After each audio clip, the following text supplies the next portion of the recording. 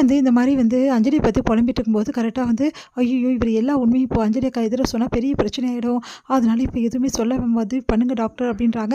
Doctor வந்து சரி நான் பண்ணுறேன் அப்படின்னு சொல்லிட்டு டாக்டர் வந்து இன்னொரு இன்ஜெக்ஷன் போட்டுட்ருக்காங்க. இங்கே வந்து ராகவும் அதுக்கப்புறம் அஞ்சலியும் வந்துடுறாங்க. அவங்க வந்து கிருஷ்ணா உங்களுக்கு என்ன ஆச்சு கிருஷ்ணா அப்படின்னு சொல்லிட்டு அப்படியே ஓடி வந்து ஏங்க என்னங்க ஆச்சு அப்படின்னு சொல்லிட்டு அஞ்சலி வந்து பார்த்துட்டே இருக்காங்க. அப்போ வந்து ராகவ் வந்து இவர் எப்படி அடிபட்டார், எப்படி நடந்துச்சு இதெல்லாம் அப்படின்னு சொல்லிட்டு கேட்குறாரு அவிக்கிட்ட. அபி வந்து இந்த மாதிரி ரோட்டில் வந்து ஆக்சிடென்ட் ஆகிடுச்சு, அந்த டைமில் தான் நான் அட்மிட் பண்ணேன் அப்படின்னு சொல்லிட்டு நடந்த விஷயத்த சொல்கிறாங்க.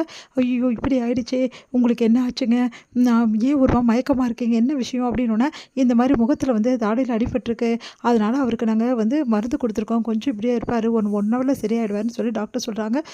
எக்ஸ்ரே ரிப்போர்ட்ஸ் எல்லாமே நார்மலாக இருக்குது, எந்த பிரச்சனையும் டாக்டர் சொல்கிறாங்க. அபி உண்மையிலேயே உனக்கு தான் தேங்க்ஸ் சொல்லணும், அவர் மேலே உனக்கு நிறைய அக்கறை இருக்குது, அதனால தான் அவர் எத்தனை வந்து நீ சேர்த்துருக்க, ரொம்ப தேங்க்ஸ் அபி அப்படின்னு சொல்லிட்டு கையை பிடிக்கிறாங்க. இதை பார்த்து ராகவ் செமையாக டென்ஷனாக வராரு. இதை பார்த்துட்டு வந்து ஒன்றும் புரியாமல் அபி வந்து ஐயோ நம்ம ஏதோ ஒன்று செய்ய போய் ஏதோ ஒன்று நடந்துடுச்சே அப்படின்னு சொல்லிட்டு என்ன பண்ணுறதுன்னு தெரியாமல் இருக்காங்க. ராகவ் வந்து அப்படியே பார்த்து அபியை முறைக்கிறாரு. அடுத்து வந்து வீட்டுக்கு வந்து கூட்டின்னு வந்துடுறாங்க. இங்கேயே வந்து எல்லாருமே ஐயோ இப்படி ஆயிடுச்சு கிருஷ்ணாக்கு அப்படின்னு சொல்லிட்டு பரிதவிக்கிறாங்க.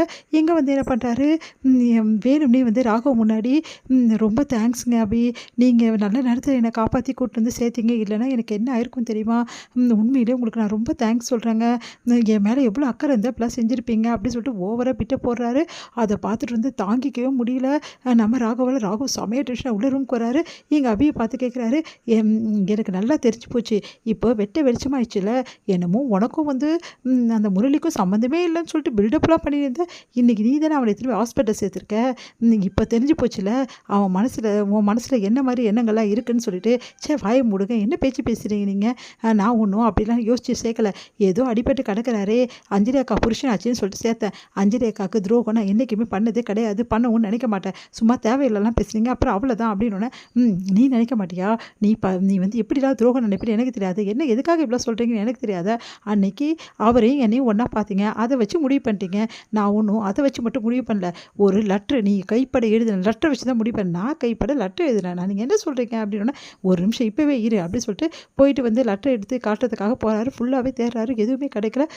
எனக்கு நல்லா தெரிஞ்சு போச்சு, அந்த லெட்டர் எடுத்து நீ தானே வந்து எடுத்த அப்படின்னு, எந்த லெட்ரு என்ன எடுத்த, நீங்கள் என்ன சொல்கிறீங்க, எனக்கு ஒன்றுமே புரியல, எனக்கு போய் சொல்லாத, நீ தான் ஒரு லெட்டரை உன் கைப்பட எழுதியிருந்த, நான் இந்த மாதிரி விக்னேஷை எனக்கு பிடிக்கல, எனக்கு முரளியை தான் பிடிச்சிருக்கு, அவர் கூட நான் அந்த ஊரை விட்டே போகிறேன், என்னை யாரும் தேடாதீங்கன்னு சொல்லிட்டு நீ தானே எழுதியிருந்த அப்படின்னோடனே, அடப்பாவி இப்படி என் மேலே பழி போடுறச்சா, நீ எல்லாம் ஒரு மனுஷனா இல்லை வேறு ஏதாவதா, எப்படி நீ இப்பெல்லாம் என் மேலே பழியை போடுவேன், நான் எப்போ அப்பெல்லாம் பண்ணேன், இங்கே பார் தேவையில்லாமலாம் பேசுனீங்கன்னா அப்புறம் அவ்வளோதான் நல்லா இருக்காது அப்படின்னோடனே, நான் தேவையில்லாத பேசுகிறேன்னா, லெட்டர் எடுத்து நான் பத்திரமா வச்சுருக்கேன்னு சொல்லிட்டு அந்த லெட்டர் எடுத்து கிழிச்சு போட்டு, இப்போ வந்து நாடகம் ஆடுறியா, உன்னை பார்த்தாவே எனக்கு பிடிக்கல, எல்லாமே நீ நல்ல நாடகம் ஆடுற, உன்னை பார்க்க எனக்கு விருப்பம் அப்படி சொல்லிட்டு ராகவ் வந்து போக பார்க்குற, ஒரு நிமிஷம் நிற்கிறீங்களா அப்படின்னு சொல்லிட்டு நேராக போயிட்டு ஒரு நோட் எடுத்துகிட்டு வராங்க.